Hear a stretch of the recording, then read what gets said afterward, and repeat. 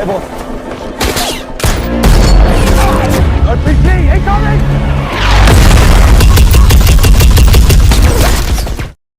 Halo guys, kembali lagi di channel Dewa Film.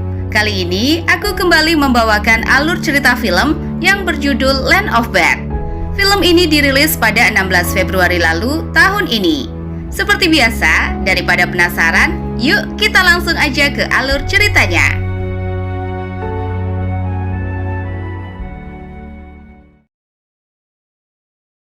Film diawali dengan memperlihatkan beberapa anggota pasukan khusus Amerika sedang dalam perjalanan menuju sebuah pulau milik pedagang senjata ilegal asal Rusia. Mereka ke sana untuk menyelamatkan seorang anggota CIA yang belum lama ditahan oleh para penjahat. Di antara mereka berempat ada satu anggota yang bisa dibilang terpaksa untuk ikut dalam misi kali ini. Ia bernama Kaini dan dia seorang anggota G-Tech, yang artinya seseorang yang memiliki kemampuan mengarahkan berbagai bantuan udara saat di medan tempur. Simpelnya, kalau drone ataupun jet tempur mau menembak sasaran harus melalui instruksinya. Sebelum mereka terjun, salah satu anggota bernama Bishop bilang kalau misi kali ini akan berada di level yang berbeda. Makanya Kaini harus bisa memposisikan dirinya selama perjalanan. Singkat cerita, mereka berhasil mendarat di pulau dengan selamat. Begitu tiba, Kaini langsung melakukan kontak dengan dua pilot drone yang berada di markas. Jadi sepanjang jalan, mereka akan dipantau melalui udara. By the way, jarak menuju lokasi target sekitar 10 km dari titik pendaratan. Jadi Kaini bersama teman-temannya harus berjalan beberapa jam untuk bisa sampai ke lokasi. Sepanjang jalan, Kaini mulai berkenalan dengan anggota tim lainnya, di mana ia merasa sedikit minder karena teman-temannya adalah pasukan tingkat tinggi yang sudah sangat sering menyelesaikan berbagai misi khusus. Setelah berjalan beberapa lama, tak terasa mereka berhasil tiba di pinggir markas musuh. Terlihat ada banyak penjaga bersenjatakan lengkap. Di lain sisi, misi ini fokus untuk menyelamatkan Sandra dan bukan untuk membunuh siapapun kecuali terpaksa. Makanya, Sugar sebagai pemimpin tim mengarahkan mereka semua untuk mulai berpencar demi menganalisis pergerakan musuh dalam beberapa waktu ke depan. Tak lama kemudian, sang bandar senjata pemilik dari pulau itu pun muncul. Terlihat ia sedang bersantai bersama istri dan anaknya. Berselang beberapa menit kemudian, beberapa pasukan bersenjata juga datang ke lokasi. Setelah diidentifikasi, ternyata itu adalah salah satu teroris paling dicari-cari pemerintah dunia, bernama Hashimi. Nampaknya mereka sedang melakukan transaksi besar-besaran, dan di tengah perbincangan, tiba-tiba kendali pulau langsung diambil alih oleh para teroris. Keluarga sang bandar senjata bahkan langsung dibunuh satu persatu. Mereka semua sangat terkejut, termasuk dua orang operator drone yang ikut menyaksikan pembantaian dari layar monitornya. Ketika anak si bandar senjata itu akan mereka bunuh, Sugar bersama teman-temannya memilih untuk melancarkan serangan. Dimulai dari Bishop menggunakan sebuah sniper dan disusul serangan udara dari drone untuk menutupi asal suara tembakan mereka. Syukur anak kecil tadi berhasil kabur, tapi sayangnya masalah belum selesai, karena Kaini berada di posisi yang kurang menguntungkan. Di mana tepat di bawah bangunan ia bersembunyi, terdapat pintu menuju gua yang menjadi markas dari para teroris. Makanya begitu ketahuan, tak ada jalan lain selain memberikan perlawanan. Ketika posisi mereka terbongkar, aksi saling tembak pun tak terhindarkan.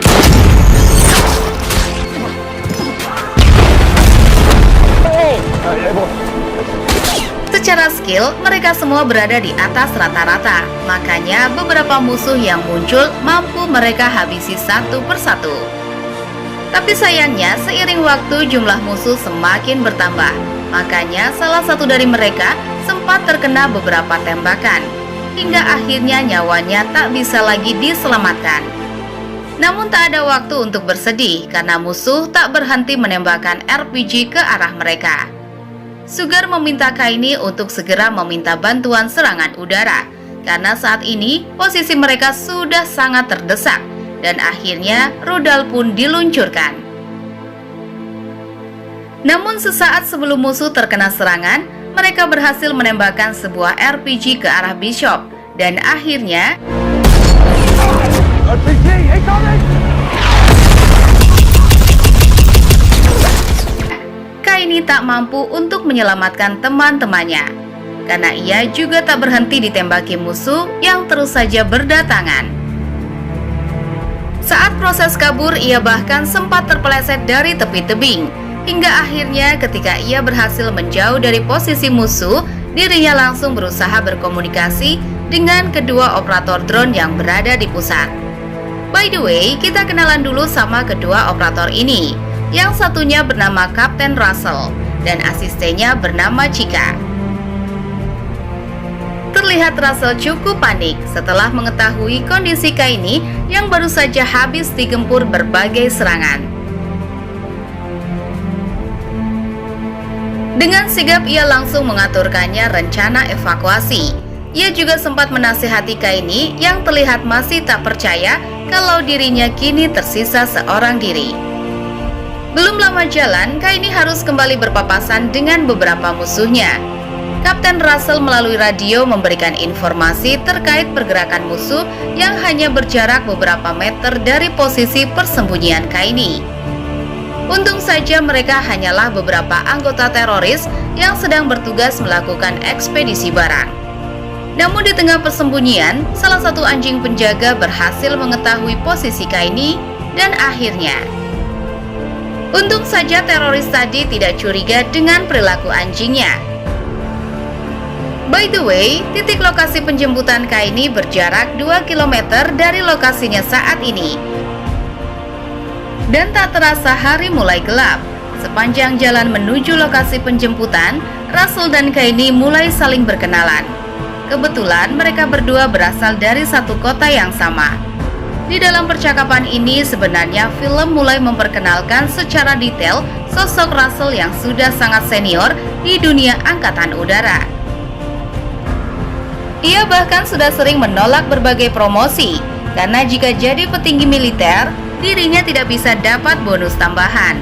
Apalagi dia sangat butuh uang untuk membiayai 8 orang anaknya. Singkat cerita, saat tiba di lokasi penjemputan, hari sudah gelap gulita. Walaupun demikian, komunikasi antara Kaini dan pilot heli yang akan menjemputnya sudah terhubung. Di lain sisi, Russell yang menggunakan pandangan drone juga sudah memastikan area pendaratan mereka clear dari keberadaan musuh. Namun saat Kaini sudah akan dievakuasi, tiba-tiba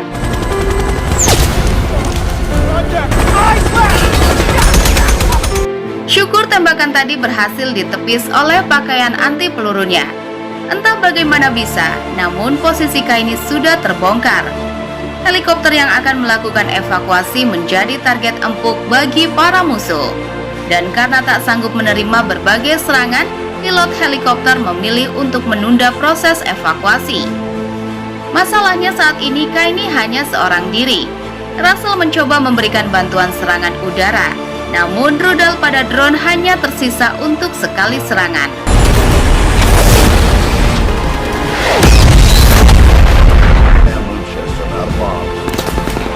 Beberapa musuh menyusul ke lokasi serangan tadi. Walaupun menghabisi banyak musuh dalam sekali tembakan, tapi belum berhasil menyapu bersih mereka semua. Maka dari itu, Russell segera meminta bantuan jet tempur. Beberapa kali jet tempur melancarkan serangan udara, mulai dari rudal sampai dengan senapan mesin. Semua serangan itu atas permintaan Kaini dan bisa dibilang sangat berbahaya karena posisinya yang sangat dekat dengan titik serangan. Tapi jika tidak mengambil resiko seperti itu, mungkin dirinya telah mati di tangan musuh.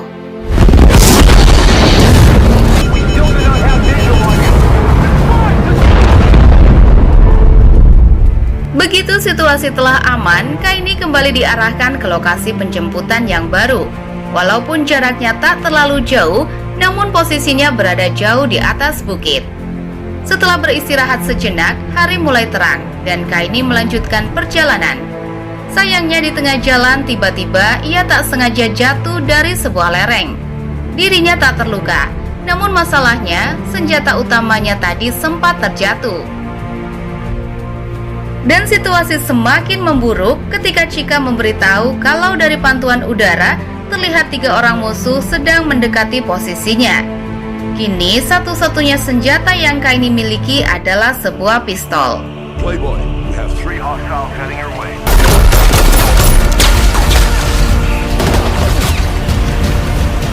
Demi bisa kabur dari kejaran musuh, Kaini memilih untuk loncat dari sebuah tebing.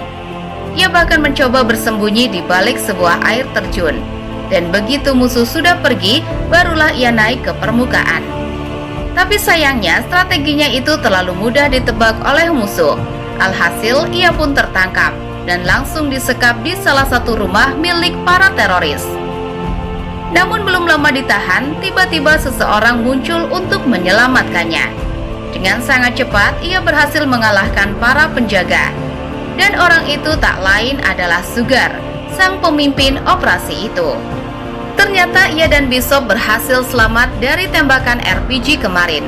Namun tak ada waktu untuk reuni, karena Sugar bilang mereka harus bergegas untuk menyelamatkan Bishop yang saat ini ditahan dalam penjara bawah tanah. Bishop's in trouble. Gotta go back and get him.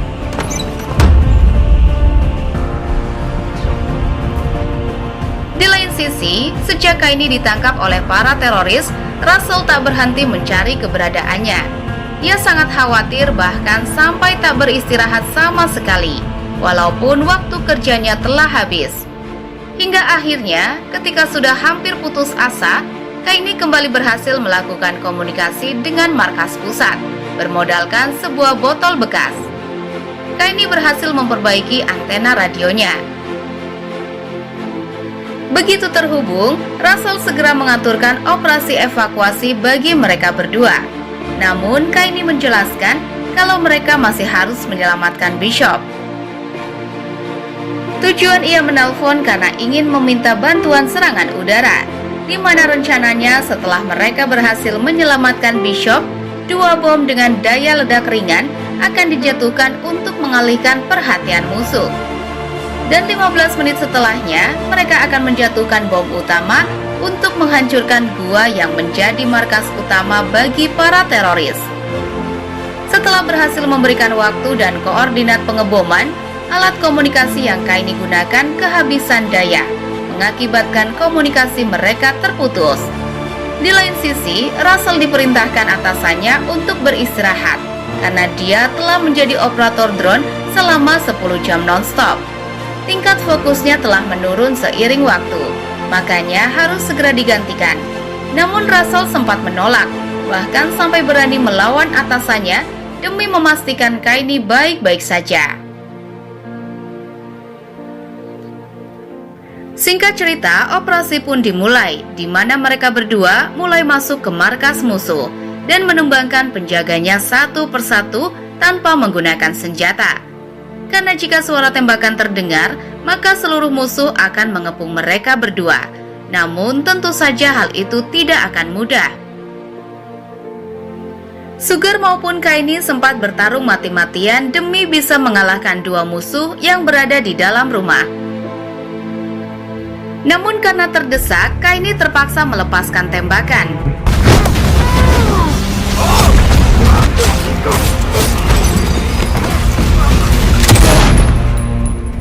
Dari sana situasi semakin rumit, di mana musuh terus bermunculan dari arah yang tak mereka duga.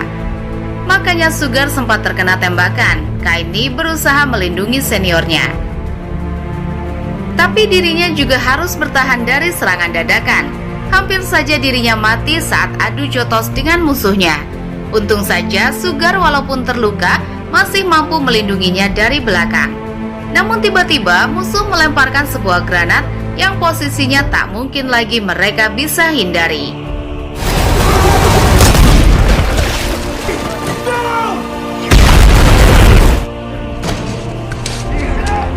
Setelah pakaian mereka dilucuti, Sugar dan Kaini langsung dilemparkan ke dalam penjara bawah tanah. Bishop juga ditahan di tempat yang sama, makanya ketiganya kembali reuni, namun dalam kondisi yang memprihatinkan. Terutama Sugar, yang akibat luka pertempuran tadi, dirinya sudah dalam kondisi sekarat. By the way, Kaini panik bukan main ketika mereka ditahan di sana. Namun bukan karena takut akan disiksa, melainkan karena pesawat pengebom tak lama lagi akan melakukan serangan. Dan jika itu terjadi, maka gua tempat mereka ditahan akan hancur lebur. Makanya ia mencoba memperingati para penjaga untuk segera memindahkan mereka ke tempat lain. Tapi bukannya mendengarkan peringatan Kaini, para teroris malah mulai mengeksekusi mereka satu persatu, dimulai dari Sugar.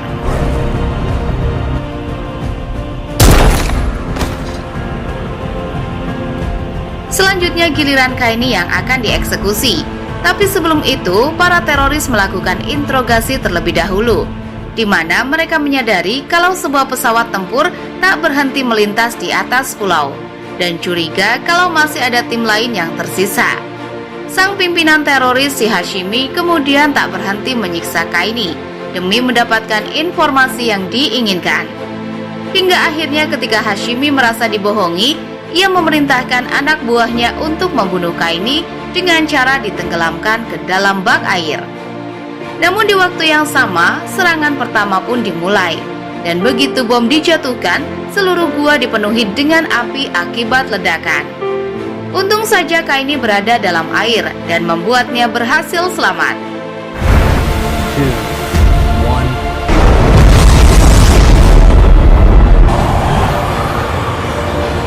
Jarak satu serangan ke serangan selanjutnya adalah 15 menit.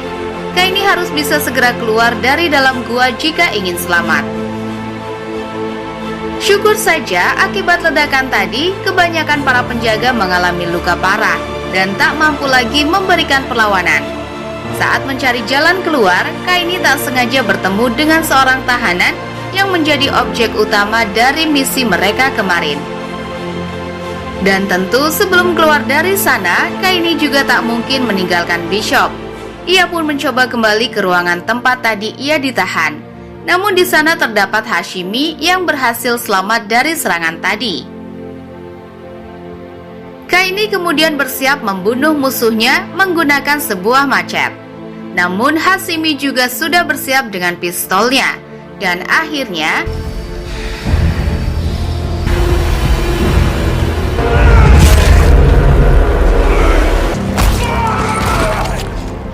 Kaini membantai Hashimi tanpa ampun. Dari sana, ia kemudian membebaskan Bishop dan tersisa 5 menit sebelum bom selanjutnya dijatuhkan. Dengan waktu segitu, mereka tak akan berhasil keluar dari dalam gua. Makanya, menggunakan ponsel satelit yang ia curi dari Hashimi, Kaini berusaha menghubungi markas tempat Russell bertugas.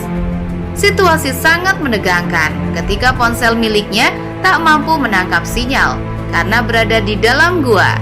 Dan sekalinya berhasil terhubung ke markas, prajurit yang mengangkat telepon malah tak fokus karena ngangkat teleponnya pas lagi asik-asiknya nobar pertandingan basket.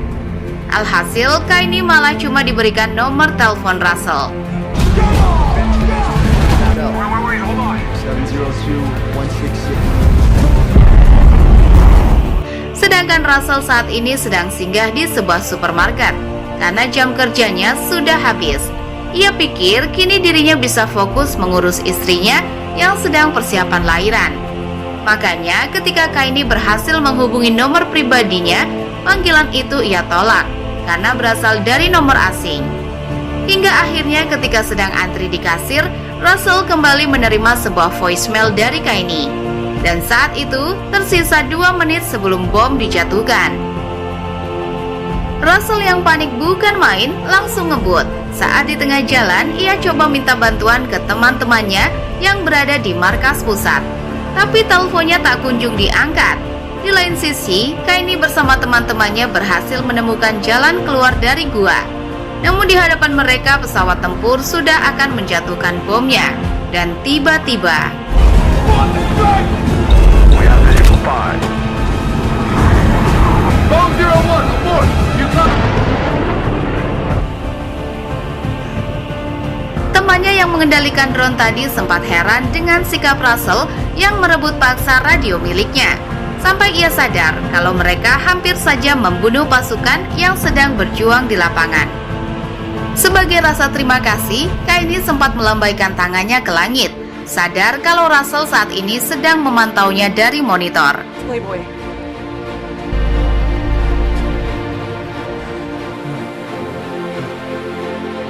Akibat insiden ini, Russell yang terkenal sebagai orang sabar memutuskan untuk memberikan pelajaran ke orang-orang yang berjaga di markas tersebut, termasuk atasannya sendiri.